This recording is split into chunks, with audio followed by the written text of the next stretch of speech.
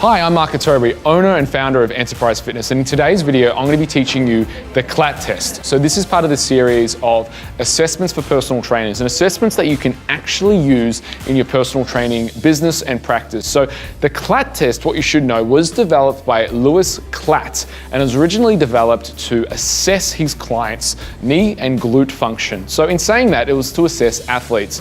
Now, I first learned about the Klatt Test from Charles Poliquin.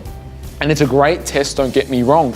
But what I have found in clinical use is that it's a little bit too advanced for most people. Now, whilst Louis Klatt does say for elderly and rehab clients, use as little as a 2 centimeter height and get people to jump off from, I found that sometimes that's even too much. So what you'll see in this video is how I've adapted it, which is very, very simple. I just removed the height and get people to just simply jump forward. And I've been able to find that I can get enough information from that little tweak that is usable in basically all my clients. So again, in using this, you'll see clients who are very overweight or haven't trained before.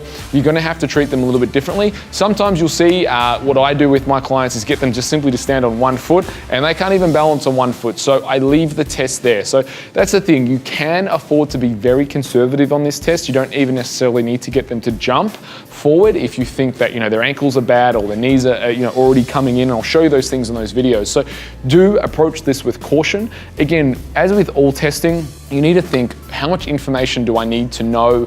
What information do I need to know to program for the client? If you can know everything you need to know by doing one test, or someone is so dysfunctional, you see it from just one test, maybe it's the body weight squat, and well, you don't really need to do any more further testing because you have your answers. And that's the whole purpose of good testing, is to find, right, what is the best way to program for this client? What is the diagnosis? What is their dysfunction?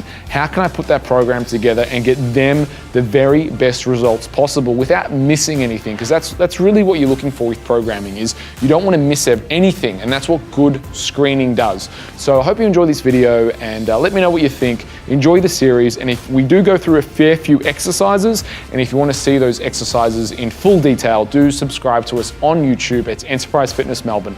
See you on the other side. So now we're going to get into how to do the actual Klatt Test. So the first thing we need to do when doing the Klatt Test is make sure the client is set up properly. So very simply, we're going to need to get the client to take off their socks and shoes. Now, as Wen does that, the reason why we're going to get them to take off their shoes is because this test is going to tell us things about the client's feet and stability. So we want to assess them from the ground up, looking at their feet and how their feet move. The reason for their socks is because simply if you're doing this on a slippery surface, or maybe not even such a slippery surface, what can happen is the client can slip and it can have, again, a false reading or be an OH&S issue, be a safety issue as well. So we want shoes and socks off. We want this test done in barefoot. The next thing that we want is preferably the client's going to be wearing shorts over. Often in Melbourne and other colder regions, clients won't come in shorts, they'll come in pants. So if you can, get them to roll it up. Certainly if you're doing the test in pants like mine, it's hugely unadvisable because you're going to miss a lot of things doing it in pants. You want to see and set the client up in a way that you can see what's happening. So we're going to get Wen to roll up her pants just above her knees. That's good. That's perfect there. That way we can see what's happening. So when we're going to do the Klatt Test, I'm just going to demonstrate first. And I always advise with when you are teaching things, you always demonstrate and then show the client how to do it. So what we're going to do, and I'm just going to do it in shoes just for time reasons. You get the official Klatt Test, but if I'm demonstrating to the client, let's just simply say you're going to stand on a platform such as this, and I'll show you the modified version as well, the version that I use with most clients, probably 90% of clients. But this is the I suppose original Klatt Test designed by Louis Klatt. So what you're going to do when is you're going to stand on one leg. We're going to do both legs obviously, but you're going to stand on one leg.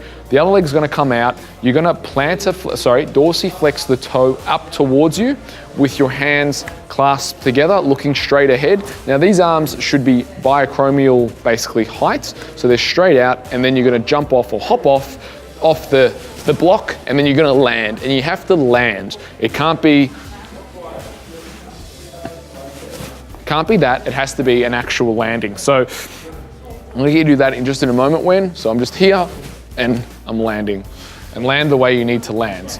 So now we're going to get our client to do it. So as a trainer, I'm going to be in front of her. I need to be positioned in front of her. Now off you go. Fantastic. Now that's a good test. Then obviously what we do is do her other leg.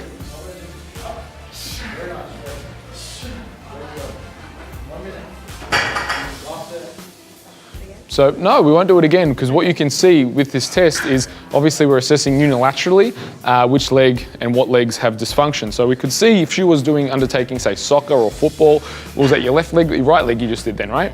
Her right leg might have a bit of an issue. So from programming, and this is again, when we're doing assessments and we're doing tests, we're always looking at what's the information that we need to program for the client. So again, if she was say playing soccer or netball or football, what I would do with Wen is I'll write her a program that was unilateral to begin with to iron out any of the deficiencies she had from one leg to the other. So that was great. It told us that that leg wasn't as stable. So we can look at that knee that kind of collapsed in a little bit, and her hip, probably QL was a little bit of an issue, which we'll get into in a second. So that was really good.